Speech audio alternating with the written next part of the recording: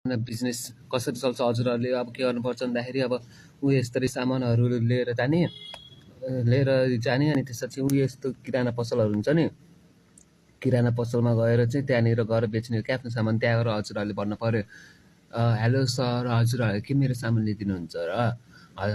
यो हामीसँग यस्तो सामान छ यो सामान लिनुभयो भनेदेखि हजुरहरूले कस्टमरहरू तान्न सक्नुहुन्छ जसको ग्राहकहरू आउँछन् धेरै आउँछन् र ग्राहकहरूले नि आजकल यो खोजेको सामान हो भनेर हजुरहरूले त्यो खोजेको सामानहरू नि बेच्न सक्नुहुन्छ है जसको कारणले हजुरहरूले होलसेलबाट उठायो अब यो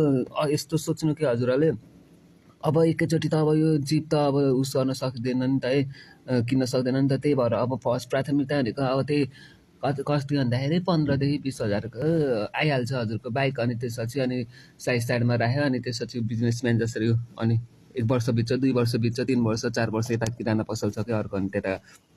5 वर्ष बित्छ अनि 5 वर्षसम्म हामीले नन स्टप काम गऱ्यौँ भनेदेखि त 6 वर्षमा त successful person right now we have a loss of jeep like 2 3 होइन अनि त्यसपछि त अनि बिस्तारै अनि 10 वर्षभित्र साथीहरू धैर्य नै यो संसारको मूल नियम हो है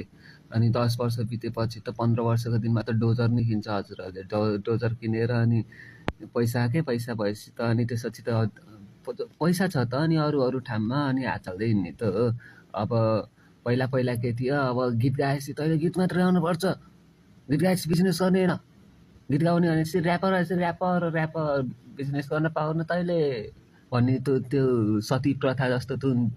जुन अन्धविश्वास भ्रम थियो नि हामी त्यसबाट बाहिर निस्किने हजुरले हेर्नु जुन संसारको धनी पनि हजुरको के छ भन्दाखेरि त्यही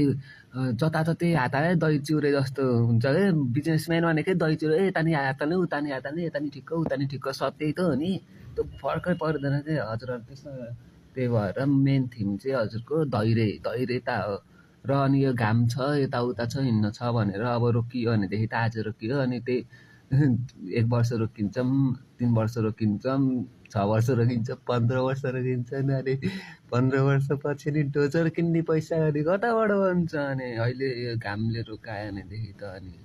त्यही भएर साथीहरू घामले अब अफकोर्स रोगहरू छ भनेदेखि त रोकिनै पऱ्यो किनकि स्वास्थ्यभन्दा पैसा ठुलो होइन नि त